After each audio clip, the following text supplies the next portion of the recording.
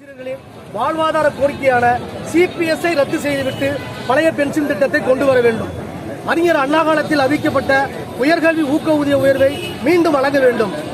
கொரோனாவை காரணம் காட்டி நிறுத்தி வைக்கப்பட்டுள்ள சரண்டர் விடுப்பை உடனடியாக வழங்க வேண்டும். மேலும் தொடக்க கல்வியில் பெண்ணாசிரியர்களை பாதிக்கக்கூடிய 243 அரசாணையை உடனே ரத்து செய்ய வேண்டும். பள்ளிக்கல்வித்துறை பொறுத்தமட்டில் அரசு உயர்மேல்நிலைப் பள்ளியில் பணியாற்றும் இடைநிலை ஆசிரியர்களை பட்டதாரி ஆசிரியர்களாக தரம் உயர்த்த வேண்டும். அதாவது ஊதிய முரண்பாட்டில் தலைமை ஆசிரியர், முதுகலை ஆசிரியர், இடைநிலை ஆசிரியர்களுக்கு இழைக்கப்பட்ட ஊதிய முரண்பாடை சரி செய்ய வேண்டும். 4.5 லட்சம் அரசு ஊழியர் ஆசிரியர்கள் காலிப்பணியிடங்கள் உள்ளது. அவற்றை இளைஞர்கள் நலன் கருதி உடனே நிரப்பிட வேண்டும்.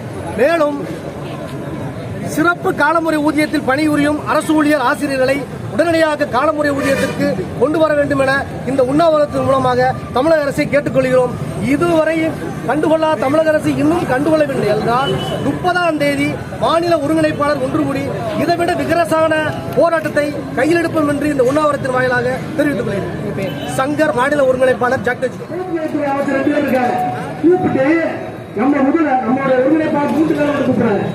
ஏன்னா நம்ம கடுமையான கோபத்தை நம்ம ஒருங்கிணைப்பாளர் எல்லாரும் கூப்பிட்டு இந்த இடத்துல நீங்க போராட்டத்தை அறிவிக்கிறாங்க.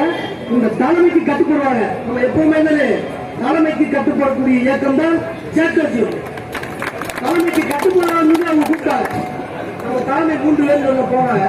கொஞ்சம் வெயிட் பண்ணுங்க, பட்ஜெட் கூட்டத்தொடரில் ஒன்றும் வராது அப்படின்னு சொல்லிட்டாங்க. நல்லா கொஞ்சம் பட்ஜெட் கூட்டத்தொடரில் எந்த அறிவிப்பும் உங்களுக்கு கிடையாது.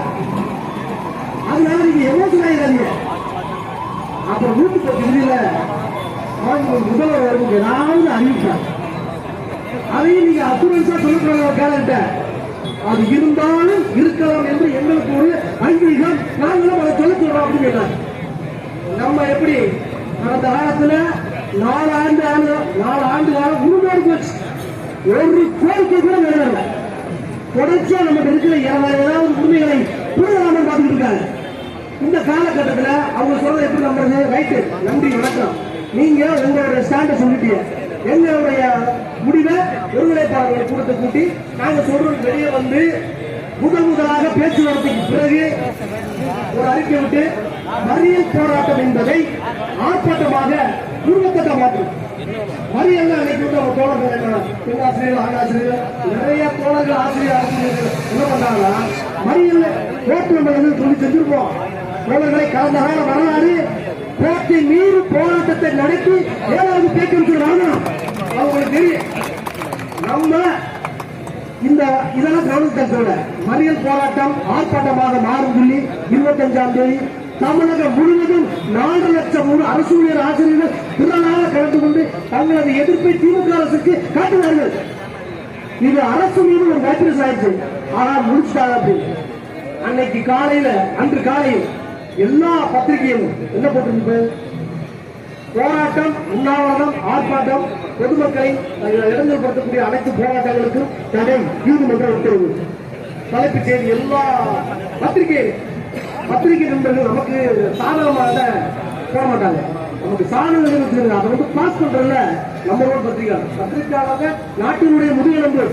அவங்க சரியாக சில விஷயத்தை எடுத்துக்கல. இன்னைக்கு அந்த ஆர்ப்பாட்டம் உண்ணாவிரதம் எப்படி நடக்குதுன்னு அவங்க எப்படி சொல்றாங்க? ஏதோ கொஞ்சம் பேர் கலந்துட்டாங்க அப்படின்றாங்க. கேட்டு 2 பேர் தான் இருக்காங்க. ஏன்னா அரசு அவங்களுக்கு கேட்டு கொடுத்துருங்க, எதுவும் கிளாஸ் பண்ணாங்க. ஏன்னா ஏற்கனவே 25ஆம் தேதி மிக எழுச்சியாக 4 லட்சம் அரசு ஊழியர் ஆசிரியர் கலந்து கொண்டு ஒரு ஆர்ப்பாட்டத்தை நடத்திருக்காங்க. அன்னைக்கு சட்டசபையா தொகுதி மருந்து சீரமைப்பு டிஸ்கஷன் பாருங்க.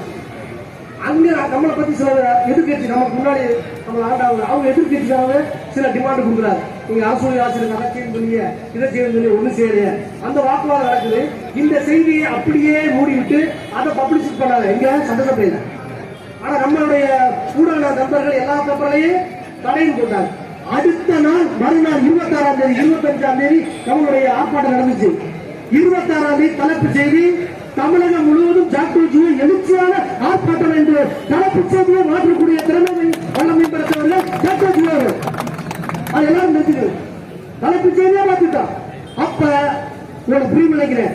தலைப்பு செய்தியே மாற்றக்கூடிய வல்லமை பெற்ற நாம் ஆட்சியாளர்களை மாற்ற எத்தனை நிமிடங்கள் ஆகும்? ஒரு செகண்ட் அவருடைய அறிக்கை. முதல்வர் அவர்கள் நல்லா கவனத்தில் வச்சுக்கிறார். ஏதோ சாட்டோச்சியை வர்றாங்க, கூடுறாங்க, ஆர்ப்பாட்டம் நடத்துறாங்க, போராட்டம் நடத்துறாங்க, நம்ம 2 பேர் பேசுறாங்க, அவங்க நம்ம கூப்பிடுறோம். சரியாயிருவான் மற்றும் கங்கணம் கட்டிக்கொண்டு ஆட்சி நடத்தாதீர்கள். கடந்த 11 எம்எல்ஏக்கள் நாங்கள் கொடுத்தது நம்மளுடைய வாக்கு தபால் வாக்குல 11 சட்டசபை உறுப்பினர் கொடுத்தோம். அவங்களுடைய சங்க அவங்களுடைய கட்சியின் பொதுச்செயலாளர் மரியாதைக்குரிய துணை முதல்வர் நம்ம ஓட்டு இல்ல அவர் வீட்டுல இன்னைக்கு உள்ள உட்கார்ந்து இதெல்லாம் வந்து சீர்தூக்கி பார்க்கல ஆட்சியாளர்கள். அவங்க அப்பா வந்து ஆசிரியர் ரொம்ப நம்புவார். அவர் வந்து ஆசிரியர் நம்ம வந்து எதுவுமே பாசா பேச மாட்டாங்க. ஆட்சியர்களுக்கும் தமிழக முதல்வர் திமுக அரசு அவர் கொண்டாந்த திட்டத்தை பறித்துட்டார். அப்ப திமுக அரசு என்ன செய்யுது? கொடுத்த அதாவது உரிமைகளை கூட பறிப்பது புரியாது இருக்கிறது. அது ஒரு மக்கள் 69 நமக்கு சரண்டர் யார் கொண்டாந்தது? இவங்க தகப்பனா உடனே நல்லா உங்களுக்கு தெரியும். இவர்கள் தகப்பனா சரண்டர் கொண்டாந்தாங்க. அந்த சரண்டருடைய நோக்கம் உங்களுக்கு நல்லா தெரியும்.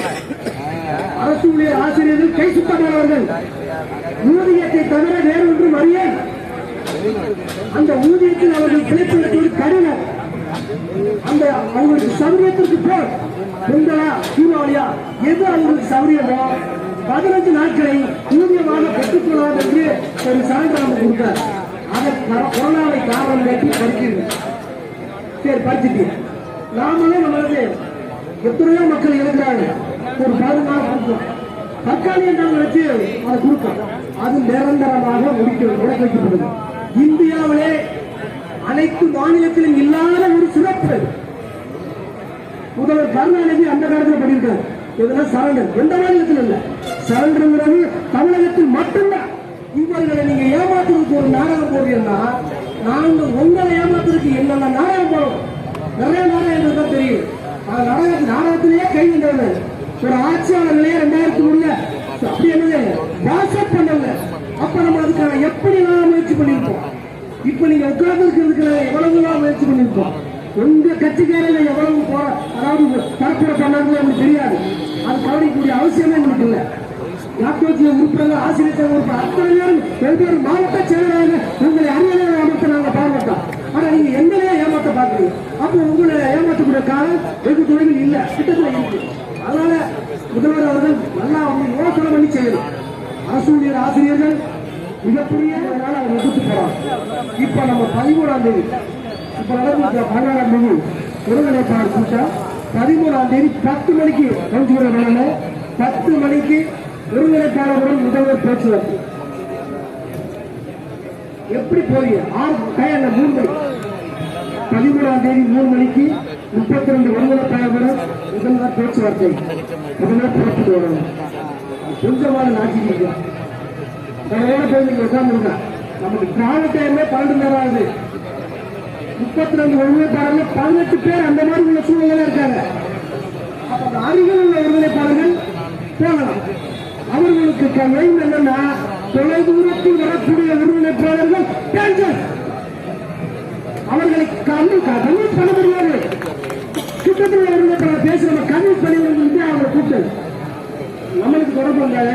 நான் ஸ்கூலுக்கு போயிட்டு எப்படி நடந்து வந்தாலும் சரி, பிளேட்ல வந்தாலும் சரி 3 மணிக்கு வர முடியாது.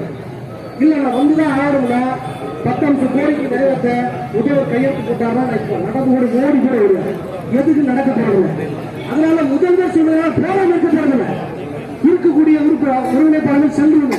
அப்ப நாங்க போய் எத்தனை பேர் மொத்தம் 18 ஒருங்கிணைப்பாளர் உள்ள போடுங்க. 18 ஒருங்கிணைப்பாளர்களும் ஒரு அறையில் உட்கார வச்சு ஃபர்ஸ்ட் ஒரு 7 பேர் பேசுவோம். பேச மாட்டார், சிரிச்சுக்கிட்டே இருப்பாரு. பார்த்தீங்களா போட்டாங்க. அவருக்கு இப்ப தெரிஞ்ச ஒரே வார்த்தை நான் செய்யாமல் யார் செய்ய போறான். அதைத்தான் சொல்லி கொடுத்துருக்காங்க. பகிரவே சொல்லுவான். அந்த ஒரு வார்த்தையை தான் முதல்ல சொல்றாங்க. மற்ற நம்ம எது கேட்டாலும் யார் பண்ண சொல்லுவா? பொறுப்படைத்திருக்க அமைச்சர் கேட்டாங்க. இப்ப எத்தனாவது கட்சின்னு தெரியல. அவருக்கு அடுத்த ஆட்சி மாறினா கூட எங்க போவாங்க தெரியும். அந்த சூழல் அவருக்கு பறை கேட்கக்கூடிய கேள்விக்கு அவர் பதில் சொல்றார். அந்த மாதிரி சூழல் அந்த 7 பேரை முதல்ல வர சொல்லி எல்லா கோரிக்கை நிறைவேற்றி போட்டாங்க. அடுத்து ஒரு 6 பேர் அவங்களோட போட்டா, அடுத்து ஒரு 5 பேர் அவங்களோட போட்டா, முதல்வர் சந்திப்பு போட்டா. அப்போ ஒருங்கிணைப்பாளர் தெளிவான பேட்டி கொடுத்திருந்தார். முதல்வரை சந்திப்பது திருப்தி, மன திருப்தி. முதல்வர் பாக்குறாங்க, யார் பார்க்க முடியும்? அவங்க கூப்பிட்டுருக்காரு, முதல்வர் பார்த்துட்டா திருப்தி. அடுத்த கட்டமாக ஒருங்கிணைப்பாளர்கள் ஒன்று முடிஞ்சா நாங்கள் மற்ற விஷயத்தை நாங்கள் பேச முடியும் சொல்லி 14ஆம் தேதி காலையில் ஒருங்கிணைப்பாளர் கூட்டம் 32 9,000 கோடி களவாடப்பட்டது. நம்ம மனசோப்பி யாருக்கிட்டையும் கொடுக்கல, 9,000 கோடி. அதுல ஒரு புதுசா போச்சுட்டாங்க. இது என்னது? ஒருங்கிணைந்த பென்ஷன் பிராடு பித்தலாட்டம் என்னென்ன வழியில் நம்மளோட காசை திருடுறோம் சொல்லி பிளான் பண்ணிக்கிட்டு இருக்கு மத்திய அரசு. அந்த மத்திய அரசுக்கு மாநில அரசு உடம்பா இருந்துச்சுன்னா அப்ப இவங்க யாரு? மத்திய அரசு அதாவது தேசிய கல்வித்துறையை தமிழகத்தில் முன்ன உலகக்கூடாதுன்னு சொல்லி உழைக்கிறதுக்கு முயற்சி பண்ணணும். நம்ம யாரு போராடுறா? உழைவிடக்கூடாதுன்னு போராடுறோம். ஆனா திமுக அரசு கொஞ்சம் உள்ள வளர்த்துருக்கு. அப்ப மத்திய அரசை பகிரங்கமாக எதிர்க்க முடியாது. சாக்டோஜியோ தான், திமுக அரசு கிடையாது. சாக்டோஜியோ மும்மொழி கொள்கைக்கு டிஎம்சி திட்டத்தில் கையெழுத்து போறாங்க. கல்விக்கு உண்டான பணத்தை கொடுக்கல சொல்லி முதல் குரல் கொடுத்தது, கண்டன குரல் கொடுத்தது சாக்டோஜியோ. திமுக அரசு கிடையாது. அடுத்த திமுக அரசு மற்ற அமைச்சர்கள் கொடுத்தாங்க. அப்ப மத்திய அரசு நம்மளை கொண்டாடுது, மாநில அரசு சேர்ந்தாடுது. இந்த ஒருங்கிணைந்த ஓய்வு திட்டம் ஒண்ணு இல்லைங்க, நமக்கு கிடையாது. அதை முதல்ல புரிஞ்சுக்கணும். ஒருங்கிணைந்த ஓய்வு திட்டம் யூபிஎஸ் தமிழகத்திற்கு கிடையாது. ஏன் கிடையாது? அனைத்து மாநிலங்களும் பிஎஃப்ஆர்டியோட டச்சப் வச்சு ஒவ்வொரு ஆசிரியருடைய சம்பளத்தையும் 10% எங்க செலுத்துது? பிஎஃப்ஆர்டியில செலுத்துது. அப்ப மத்திய அரசு ஒரு ஸ்கீம் கொண்டாடுனா செலுத்தக்கூடிய மாநிலத்துக்கு மட்டும்தான், நம்ம தமிழகத்துக்கு இல்லை. இந்த பிஎஃப்ஆர்டி நமக்கு காசையே கொடுக்கல. எல்லா பணத்தையும் 80,000 கோடி யார் வச்சிருக்கா? ஆளக்கூடிய அரசு தான் வச்சிருக்கு. தமிழக அரசு முன்னாள் அவங்க வச்சிருந்தாங்க, இப்ப அவங்க வச்சிருக்காங்க. யாரும் லேசான ஆள் இல்லை. நம்ம காலத்துல சொல்லுவாங்க முழுத்தினோட முக்காப்பிடுங்க, அந்த காலம் ஓடிக்கிட்டு இருப்பாரு. இவங்க காசை வச்சு தூங்குறாங்க.